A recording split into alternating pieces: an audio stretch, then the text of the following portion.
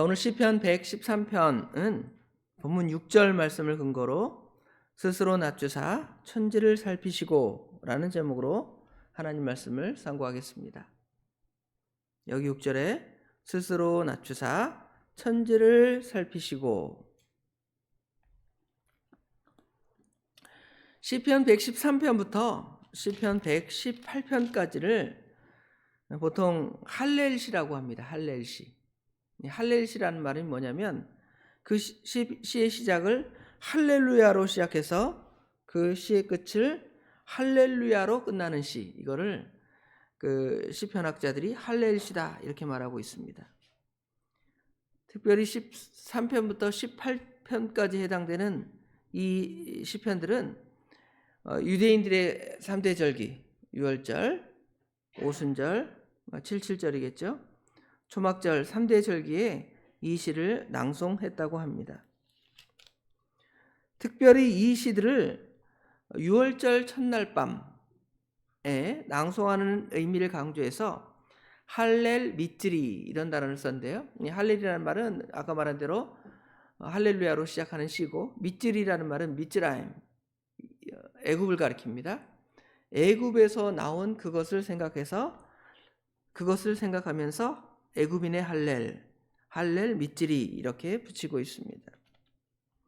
아마도 그날 밤, 즉 유월절 첫날 밤 애굽에서 해방을 기념하는 그 예배를 드리면서 이 시를 낭송하였기 때문에 그걸 기념하여 예배하여 이 시를 낭송한 듯합니다. 그래서 이 시를 할렐 미츠리 또는 아까 할렐시 이런 단어로 쓰고 있습니다. 오늘도 여기 113편에 보면 할렐루야로 시작하죠. 또 9절 끝에 보면 할렐루야로 끝나고 있습니다. 물론 114편이나 다른 편들은 반드시 그런 것은 아니지만 그래도 그 시작이나 끝에 보면 할렐루야로 시작하고 할렐루야로 끝나는 형태가 많이 있습니다. 자, 오늘 그 중에서 113편을 다루겠는데요. 113편의 핵심은 6절에 있습니다. 스스로 낮추사 천지를 살피셨다 그랬죠. 이 말씀은 특별히 성자 예수 그리스도에게 적용할 수 있는데요. 그리스도께서는 우리 삼위 하나님이시지만 낮아지셔서 사람이 되셨습니다. 사람이 되실 뿐만 아니라 대제사장 중보가 되셔서, 특별히 대속물이 되셔서 유월절에 어린 양으로 우리를 위해 죽으셨기 때문에 이 6절의 의미는 아주 의미가 있습니다. 스스로를 낮추사, 억지로 예수님이 낮아지신 것이 아니라 우리 예수님 스스로 하나님의 택한 백성들, 믿음의 사람들을 사랑하시기 때문에 낮추셔서 천지를 살피시는 하나님을 우리에게 말씀하고 있습니다. 오늘 찬송 451장에 예수 영광 버리사 사람 되신 것 보고 그랬죠. 예수님께서는 하늘 영광을 다 버리시고 사람처럼 낮아지시고 우리를 위해 십자가에 죽으신 그 예수님, 그것을 오늘 여기 6절에 스스로 낮추사 천지를 살피셨다고 우리에게 보여주고 있습니다. 이 시의 구조를 보면 1절부터 3절에는 할렐루야로 시작해서 찬양애로의 초대, 우리 여호와 하나님을 찬양합시다 그랬죠. 4절부터 5절에는 높이 계신 하나님, 4절에 높다 두 번이 반복되고요. 5절에도 높은 곳에 앉으셨으나 그랬죠. 4절부터 5절에는 높이 계신 하나님을 찬송하고 있습니다. 그리고 6절부터 9절에는 스스로 낮추신 하나님, 그리고 천지를 살피시는 하나님, 그래서 6절부터 9절까지 내용이 이 시의 내용이 되겠습니다. 자, 그러면 이제 1절부터 내용을 다시 한번 구체적으로 살펴보도록 하겠습니다. 할렐루야, 여호와의 종들아 찬양하라, 여호와의 이름을 찬양하라 이렇게 시작하고 있습니다. 1절부터 3절에는 찬양하라는 말이 4번이나 반복되어 있죠. 1절에 2번, 2절에 1번, 2절에는 찬송, 3절에 찬양, 찬송이 4번이나 등장을 하고 있습니다. 여호와의 종들은 여호와의 종들을 특별하게 구약 시대에 이사야가 예언한 대로 예수 그리스도를 상징하기도 하지만, 여호와의 종들은 구약에는 특별하게 하나님께 사용된 사람들의 개념이라면, 신약에는 모든 하나님의 백성들이 여호와의 종들이겠죠. 하나님을 주라 부르는, 예수님을 주라 시인하는 사람들은 다 하나님의 종들이 되겠습니다. 하나님의 종들, 하나님의 사람들은 이사야 43장 21절에서처럼 이 백성은 내가 나를 위하여 지었나니 나의 찬송을 부르게 하려 함이라 그랬죠. 성도의 무엇보다도 중요한 사명은 여호와 하나님을 찬양하도록 부르신 자들입니다. 하나님을 찬송하도록 세우신 자라는 것이죠.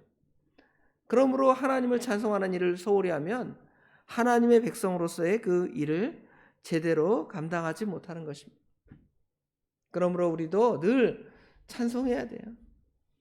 구주의 십자가 보혈로 찬송합시다. 찬송이 우리 입에서 늘 나오는 저와 성도 여러분 되기를 원합니다. 그런데 특별히 1절부터 3절에 찬양할 것에 대해서 무엇을 말씀하고 있냐면 여호와의 이름을 찬양하라 그랬습니다. 1절에도 여호와의 이름을 찬양하라 그랬고요. 2절에도 여호와의 이름을 찬송하라. 3절에도 여호와의 이름이 찬양을 받으시리로다 그랬죠. 무엇을 찬양하냐면 여호와의 이름을 찬송하는 것입니다. 여기 이름이라는 것이 단순한 어떤 사람에게 붙이는 태그가 아니에요. 어떤 상품에 이 가격 얼마, 이름 과자 이름 써놓고 과자 얼마, 그러면 하나님의 이름을 그냥 그런 식으로 태그 붙여는 그 하나님이 아니라, 사실은 이름이라는 것은 그분의 존재를 믿고 그 인격을 말하는 것이죠. 하나님의 존재를 믿는 것, 하나님의 존재하심을 믿어야지 우리가 하나님의 이름을 찬송할 수 있죠. 그리고 그분의 성품, 그분의 인격을 믿는 것이고 아는 것입니다. 이것이 바로 여호와의 이름을 찬송하는 것이 되겠습니다. 여호와라는 이름이 우리가 잘 아는 대로 스스로 계신 하나님, 히브리 동사 비동사 하야인데요. 있다, 존재하다, 스스로 존재하신 하나님. 그리고 그 하나님께서는 말씀하신 대로, 언약하신 대로 모든 것을 이루시는, 언약대로 성취하시는 그 하나님, 그 하나님의 이름이에요. 그러니까 여호와의 이름을 우리가 찬송한다는 것은, 여호와의 이름을 믿는다는 것은 여호와의 존재하심과 그분이 인격적으로 우리와 관계되신 하나님이시라는 것을 믿는 것입니다. 하나님의 존재하심과 하나님의 전지전능하심, 하나님의 거룩하심, 하나님의 사랑, 진실, 선, 그것을 믿고 그 하나님을 따라 살아가는 것이고, 그 하나님을 찬송하는 것, 그것이 바로 오늘 여호와의 이름을 찬송하는 것입니다. 근세에 이르러 한 철학사상이 등장을 했는데요. 이신론이라는 철학사상이 있습니다. 이 이신론이라는 철학사상은 하나님을 믿기는 믿습니다. 하나님이 존재하심을 믿습니다. 하나님이 우주 만물을 창조하심을 믿습니다. 그런데 그들의 문제점은 뭐냐면 그 하나님이 우리 인간과 관계하시고 우리 인간과 교제하시고 교통하시고 우리의 모든 것을 살피시는, 오늘 본문에 스스로 낮춰서 천지를 살피시는 하나님으로 믿지 않는 거예요. 그냥 하나님이 우주 만물을 만들어 놓고 그냥 보는 거예요. 자연 그 원리를 따라 돌아가도록 하고 관심이 없는 하나님. 그게 이신론의 하나님입니다. 그러나 우리 하나님은 그런 하나님이 아니십니다. 스스로 낮추실 뿐만 아니라 우리를 살피시잖아요. 이런 하나님으로 우리가 믿는 것입니다. 그런데 그 하나님을 여기 이제 2절 3절에는 독특하게 표현하고 있습니다.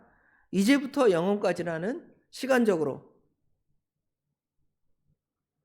지금부터 영원까지 시간적이죠. 그 다음에 3절에 보면 해 돋는 데서부터 해 지는 데까지, 동쪽 끝에서 서쪽 끝까지, 그러니까 모든 시간적으로 장소적으로 모든 존재가 다 우리 하나님을 찬송하고 찬양하고 경배해야 할 것을 지금 말하고 그 찬양으로 우리를 초대하는 것입니다. 하나님 찬송합니다, 하나님 감사합니다 하고 찬양하는 것이죠. 자, 4절부터 5절에는 어떤 하나님을 찬송하냐면 높이 계신 하나님, 모든 나라보다 높고 그의 영광은 하늘보다 높다 그랬죠. 감히 누구와 하나님과 변지겠는가? 하나님과 같은 분이 누군가? 미가엘, 미카, 이 말이, 미가라는 말이 누가 하나님과 같은가? 감히 하나님과 견줄 수 없다, 이런 의미입니다. 감히 하나님과 견줄 수가 없죠. 우리가 이 조직신학 책에 보면 하나님의 그 성품을 그 비공유적 성품, 뭐 속성 그러는데, 하나님이 물건이 아니니까 속성이라는 단어보다 성품이라는 단어로 쓰는 게 좀 나을 것 같아요. 비공유적 성품, 공유적 성품 그러는데요. 특별히 높이 계신 하나님은 아마 이 비공유적 성품, 자존하신 하나님, 불변하신 하나님, 무한하신 하나님, 또 유일하신 하나님, 그 하나님을 우리가 찬양하는 것이죠. 가히 누가 하나님께 이름을 맞대겠습니까? 이 세상의 우상들이 신이라 그러잖아요. 신, 귀신. 그렇죠? 신은 하나님 한 분이신데, 그건 그냥 그런 악한 그것도 사실은 하나님의 피조물이죠. 영도 하나님이 창조하셨으니까. 그런데 사람들은 그 영이 우리 인간보다 신기해 보이니까, 보이지 않는 존재니까 그것들을 가끔 하나님으로 착각하며 섬길 때가 있죠. 그러나 감히 어떠한 존재도 하나님과 비교할 수 없고, 하나님은 그 위에 계시는, 초월하여 계신 그러한 하나님이시라는 것을 4절부터 5절에 우리에게 고백하도록 가르쳐주고 있습니다. 그런데 그 하나님이 이제 6절부터 9절에는 스스로 낮추시고 사람처럼 되셨습니다. 사람을 찾아오신 하나님. 사실은 창조도 이런 관점으로 생각해 볼 수가 있습니다. 우주를 창조하신 것, 인간을 창조하신 것, 굳이 인간을 만드시고 우주를 창조하셔서, 특별히 천사도 창조했죠. 천사를 창조해서 그들과 공존하고 하나님을 영원히 영광 돌리고, 사람을 창조해서 하나님께 영원히 찬송하고 영광 돌리면 좋겠지만, 근데 그러한 존재들을 만들어서 하나님이 대적도 받잖아요. 사탄, 대적자. 사람도 하나님의 말씀을 불순종하고 선악과를 따먹고 하나님을 대적하는 사단의 종이 되었습니다. 그러면 처음부터 안 만들면 되겠는데, 우리 사람들이 그렇게 생각하죠. 무자식이 상팔자다. 왜 내가 이 새끼를 낳아서 그러잖아요. 자녀를 낳아서 내가 이 고생을 하는가? 그럼 인간도 그런 생각을 하는데, 우리 하나님도 왜 그러면 우리 인간을 만들어서 우주 만물을 창조해서 영적인 존재들을 창조해서 하나님을 찬양하면 좋겠는데 대적하는 존재로 만들었는가? 아마 그것은 마치 우리 부모들이 아까 말한 대로, 우리 목사님이 예화 그러셨잖아요. 그러게 말입니다 그랬잖아요. 왜 낳았을까요? 그러게 말입니다. 아주 재미있는 예화인데, 우리 하나님도 왜 인간을 창조하셨을까요? 그러면 뭐라 그래요? 하나님께서 속으로 그러게 말입니다. 안 만들어서 편할 텐데. 왜 그러냐 하면, 부모가 자녀를 사랑하듯 하나님께서 우리를 사랑하시기 때문에, 비록 나를 속썩이는 존재라 할지라도 그들로 하여금 하나님의 기쁨, 그 피조물들을 보고 하나님의 기쁨을 누릴 수 있는 그러한 존재를 만드신 것입니다. 그것이 스스로 낮아진 것이죠. 창조한 인간이 타락했을 때 우리 하나님이 찾아오시죠. 아담을 찾아오셔서 아담아 그러죠. 그리고 그 죄를 지적해 주시고 그 아담에게 가죽옷을 지어 입히시잖아요. 가죽옷. 우리 예수 그리스도를 앞으로 우리를 위해 희생하게 하실 상징물인 가죽옷을 지어 입히셨습니다. 그런데 그것을 이제 구체적으로 더 실현하신 분이 누구십니까? 우리 예수님이시죠. 죄인도 아니신데, 사람도 아니신데, 영적인 하나님이신데, 영원하신 하나님이신데 우리 인간이 사람이 되셨습니다. 또 죄인도 아니신데 죄인 취급을 받았어요. 법정에서. 그리고 죽으시기까지 하잖아요. 죽음이라는 것은 죄와 관계가 있는데 우리 하나님, 우리 예수님은 죄가 하나도 없으신 분인데 사람이 되실 뿐만 아니라 죄인 취급받으시고 우리를 위해 죽으셨습니다. 어떤 무식한 철학자는 하나님이 죽었다 그러잖아요. 니체. 저보다 IQ는 높고 똑똑할지 모르겠지만 사실은 하나님이 죽었다는 무식한 표현을 하지만 어떤 표현에서는 일부 맞죠. 하나님이 낮아지셔서 자신을 죽이셨으니까요. 그러나 그분은 죽음으로 끝난 것이 아니라 사셨습니다. 하나님, 우리 예수 그리스도의 사심을 믿지 못하니까 문제가 되는 것이죠. 그리고 예수님은, 사신 하나님은 우리를 살피시는 하나님이십니다. 보살피시는 하나님. 이스라엘 백성들이 애굽에서 그 고난당하는 것을 우리 하나님께서 보셨다 그랬습니다. 이 보셨다는 말이 그냥 단순히 보이네 그게 아니라 자세히 살펴보고 돌아보는 거예요. 그 히브리어 동사의 파카드라는 동사인데 이게 뭐냐면 권념하셨다, 보셨다, 방문하셨다. 어제부터 우리 목사님 대신방을 시작하셨는데 하나님의 그 백성들을 하나님을 대신해서 가서 성도를 이게 보살피는 거예요. 어떻게 어디가 아프신지, 가정 상태가 어떤지 이것을 보고 우리 하나님을 대신해서 말씀을 전해주고 또 말씀을 가르쳐 주는 거죠. 그것이 바로 우리 하나님의 마음이 그 안에 담겨져 있는 것을 알 수가 있습니다. 그런데 여기 6절부터 10절에는 특별히 9절까지는 한나의 기도가 생각이 나죠. 한나가 그 사무엘을 낳은 후에 그렇죠? 우리 하나님은 높이시기도 하시고 낮추기도 하시고 그렇죠? 가난한 자를 높이 세우기도 하신다고 고백하는 그 사무엘상 2장 6절부터 10절의 말씀이 이 말씀을 통해 생각이 납니다. 성도 여러분, 혹시 우리가 이 새벽에 나와서 하나님께 기도하는데 하나님이 나와 멀리 떨어져 있는 하나님, 나와 관계없는 하나님처럼 생각하고 기도하지는 않으십니까? 기도하러 오기는 왔는데 내가 이 기도 제목을 놓기는 넣었는데 우리 하나님이 과연 아실까? 하면서 그냥 푸념만 들어놓고 돌아가시는 그러한 기도를 하지 않습니까? 그것이 아니라 오늘 우리 주님께서는 스스로 낮추사 천지를 살피신다고 하셨는데 사실은 다 아셔요.